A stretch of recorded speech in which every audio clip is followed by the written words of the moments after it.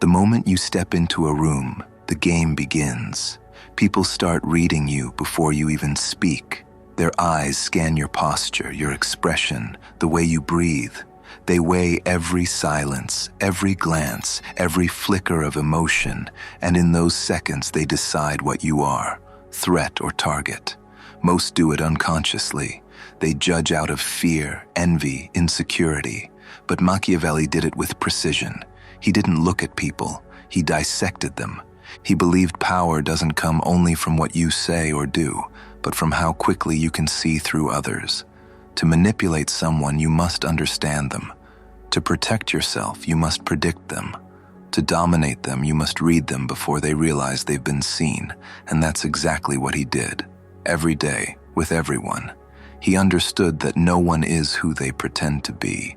Every smile is an act. Every handshake is a probe. Every compliment is a move. So he created something most people will never develop. A mental arsenal of tactics, not guesses, not intuition. Calculated methods to strip away masks and expose truth.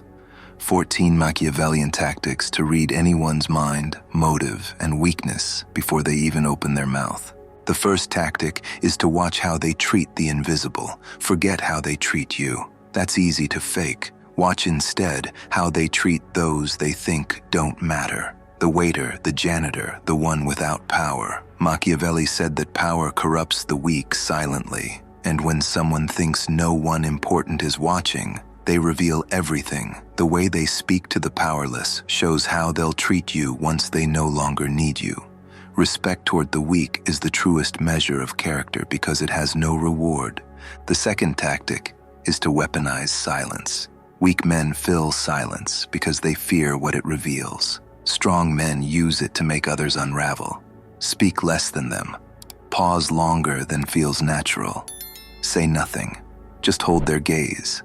You'll watch their nervous energy rise like steam. They'll start oversharing, justifying, filling the void, desperate to be understood. And in doing so, they expose themselves. Silence isn't absence. It's psychological gravity. The longer you hold it, the faster they collapse under it. The third tactic, offer them nothing and see what happens. Don't flatter, don't react, don't reward.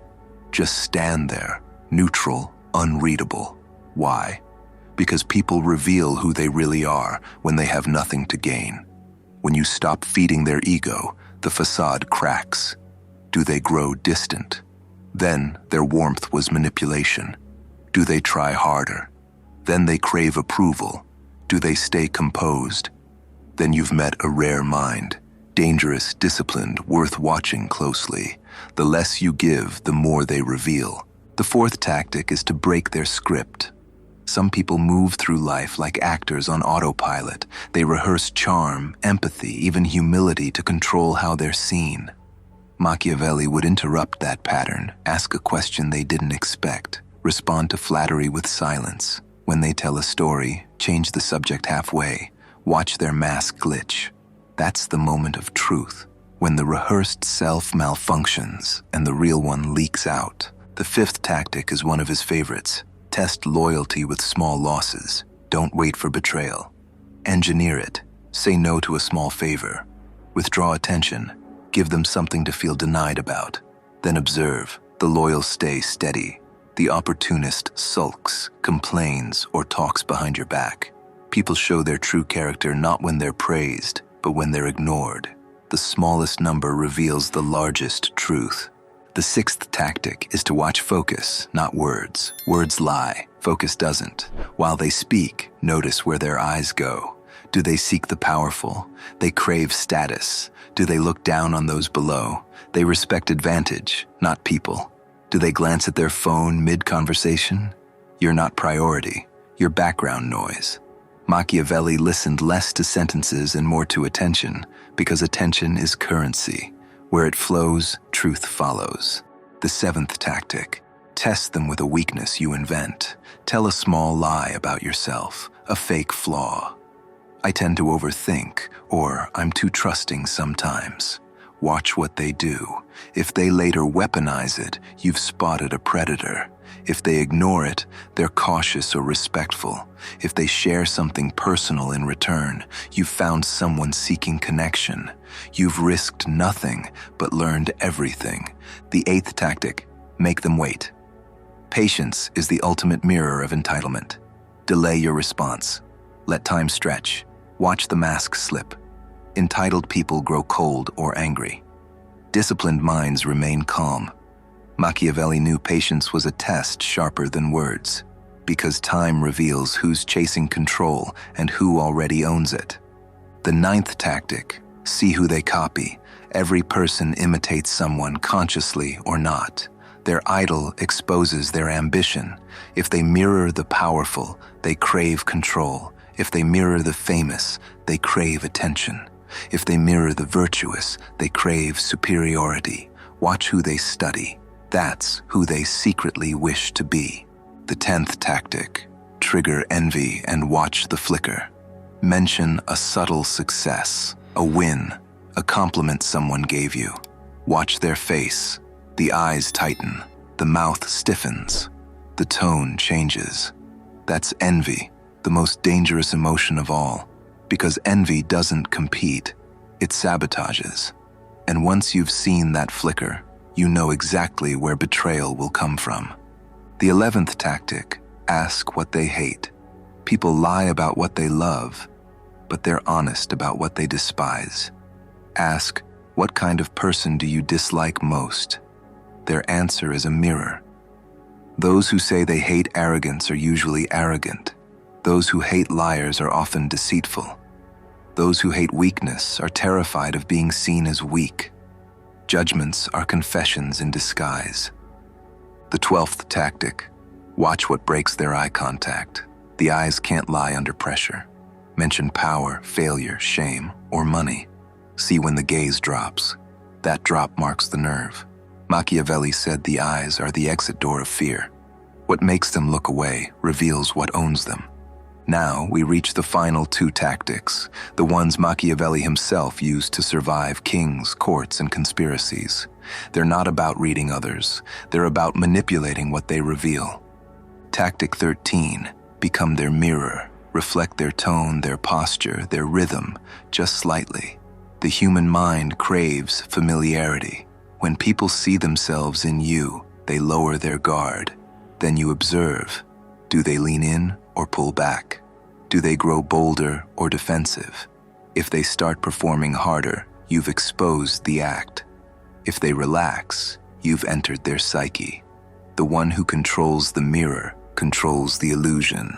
Tactic 14, disarm with respect, then strike with precision.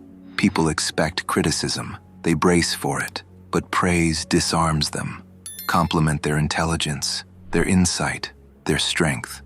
Then, while their ego is wide open, ask the question that cuts straight through. You're very confident. When did you first learn to fake that? Or, you seem in control.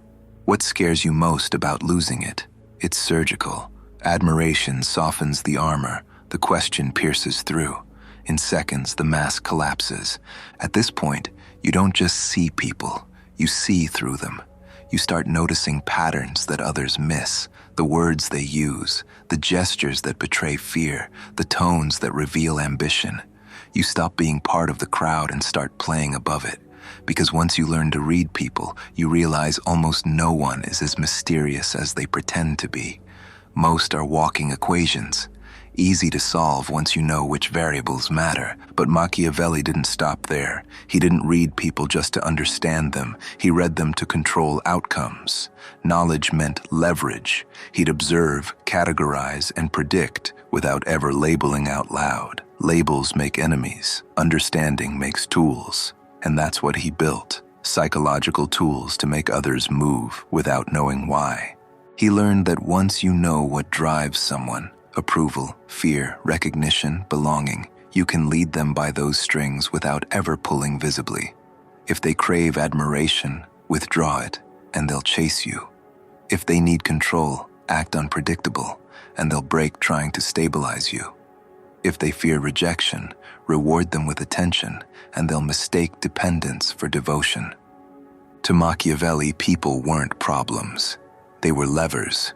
Some pulled with flattery, some with silence, some with distance, and he always knew which to use. He understood the most dangerous weakness isn't greed or vanity, it's the need to be seen, the hunger for recognition, because that need makes people predictable. It's how empires are built, not with armies, but with approval. He'd give a man a small compliment, watch him light up, and know instantly that man would obey, not from fear, not from loyalty, but from addiction to that feeling. That's how Machiavelli ruled, quietly, patiently. He didn't shout orders, he whispered opportunities. He didn't beg for loyalty, he designed it. Because people defend the illusions that make them feel important, even if those illusions serve someone else's purpose. When you learn to read people this way, your world changes. The noise fades, the confusion clears. You stop being manipulated because you can see the strings. You stop wasting trust on masks. You stop mistaking charm for loyalty. You move differently. You think before you speak. You let others reveal themselves while you remain silent, a step ahead, always watching. But Machiavelli also warned about one final danger, the danger of clarity. When you see too much, it's easy to grow cold. You start believing you're above the game, that you're untouchable, that you can't be fooled.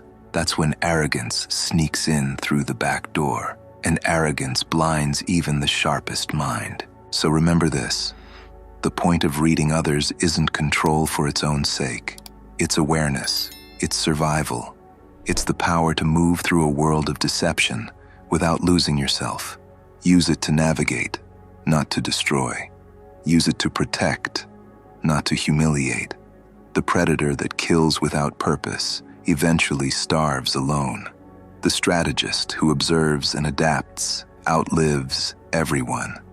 Machiavelli understood that the world is a stage, but only a few learn to see the script beneath the play. Now you've seen it, you've learned how to watch, how to wait, how to interpret what others reveal without realizing it.